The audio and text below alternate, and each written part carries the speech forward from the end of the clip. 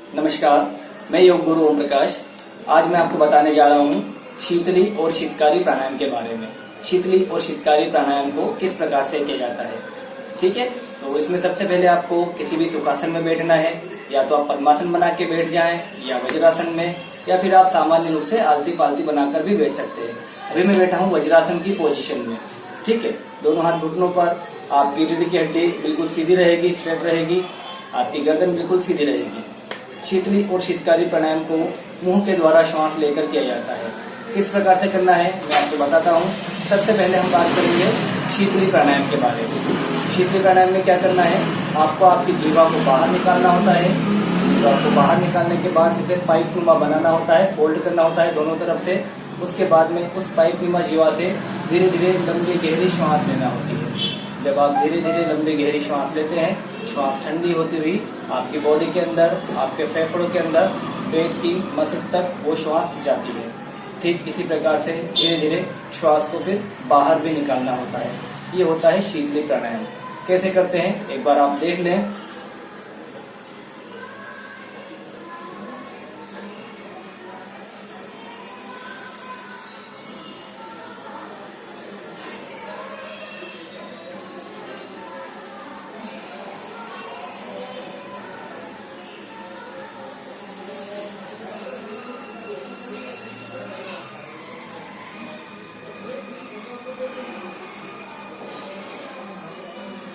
इस प्रकार से आपको धीरे धीरे श्वास लेना होती है और धीरे धीरे वापस श्वास छोड़नी होती है नाक के द्वारा। इसी में आप कुंभक भी कर सकते हैं, अर्थात श्वास को रोकना। किस प्रकार से, लंबी गहरी धीरे धीरे श्वास लेना है, उसके बाद श्वास को आपको कुछ सेकंड के लिए रोकना है, 5, 10 या 15 सेकंड, जितनी आपकी क्षमता हो उतने सेकंड तक रोकना है। रोकने के बाद फिर धीरे धीरे नाक से श्वास वापस बाहर निकालना है। एक बार देख लें।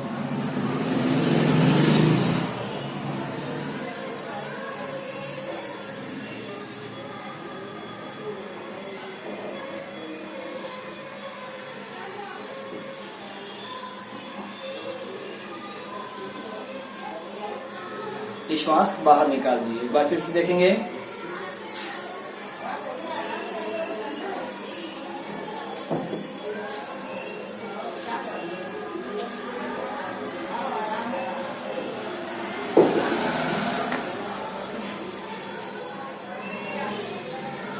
इस प्रकार से श्वास धीरे धीरे वापस बाहर निकाल देना है, ठीक है। चलिए अगला हम करते हैं शीतकारी प्राणायाम।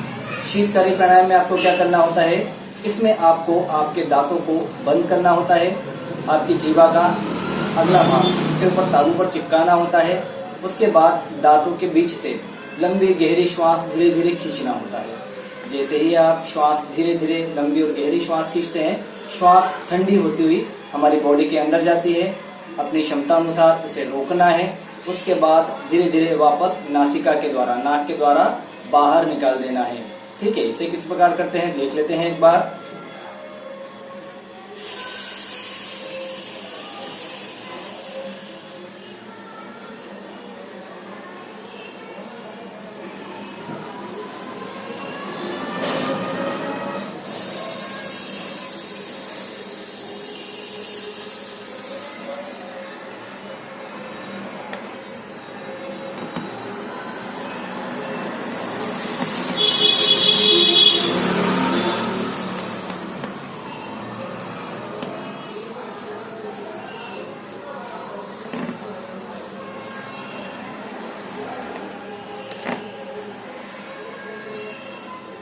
इस प्रकार से धीरे धीरे लंबी गहरी श्वास लेना होता है। श्वास ठंडी होती हुई हमारी बॉडी के अंदर जाती है।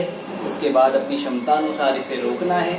उसके बाद धीरे धीरे नासिका के द्वारा फिर से बाहर निकाल देना है। इस प्रकार से शीतली प्राणायाम का अभ्यास किया जाता है। शीतली और शीतकारी प्राणायाम, इन दोनों ही प्राणायामों का अभ्यास हमें हमारी क्षमता अनुसार वैसे तो करना चाहिए।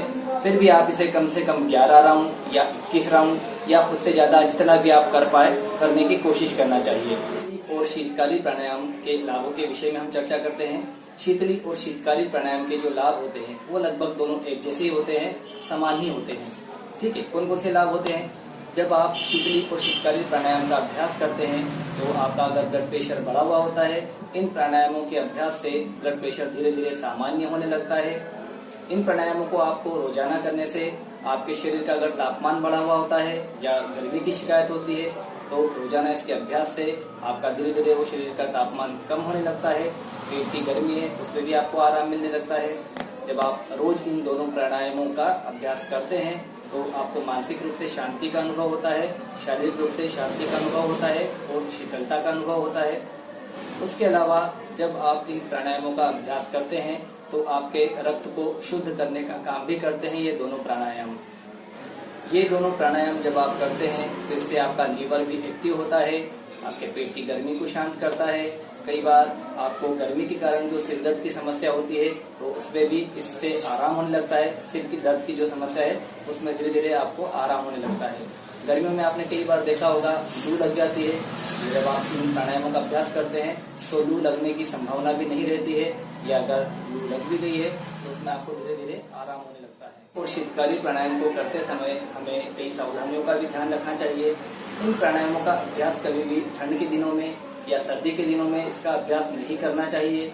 उसके अलावा जिन लोगों को कफ से संबंधित समस्या हो या फिर सर्दी खांसी से संबंधित समस्या हो, ऐसे लोगों को इन प्राणायामों का अभ्यास नहीं करना चाहिए। और इसके अलावा जिन लोगों को हार्ट से संबंधित समस्या है, ऐसे लोगों को इन प्राणायामों को करते समय श्वास रोकना नहीं चाहिए। सामान्य रूप से केवल श्वास लेना चाहिए और धीरे धीरे सामान्य रूप से श्वास छोड़ना चाहिए। श्वास रोकना बिल्कुल भी नहीं चाहिए। जिन लोगों का ब्लड प्रेशर कम होता हो, ऐसे लोगों को भी इनका अभ्यास नहीं करना चाहिए। उसके अलावा इन प्राणायामों का अभ्यास कभी भी गर्मी के दिनों में ही किया जाता है। तो अभी वैसे भी गर्मी का समय है, तो ऐसे समय में अगर आप इस प्राणायाम का अभ्यास करते हैं तो आपको काफी फायदा मिलेगा। धन्यवाद। अगर आप लोगों को मेरा ये वीडियो अच्छा लगा हो तो प्लीज इसे लाइक करें, चैनल को सब्सक्राइब करें और बेल आइकॉन के बटन को ओके करें।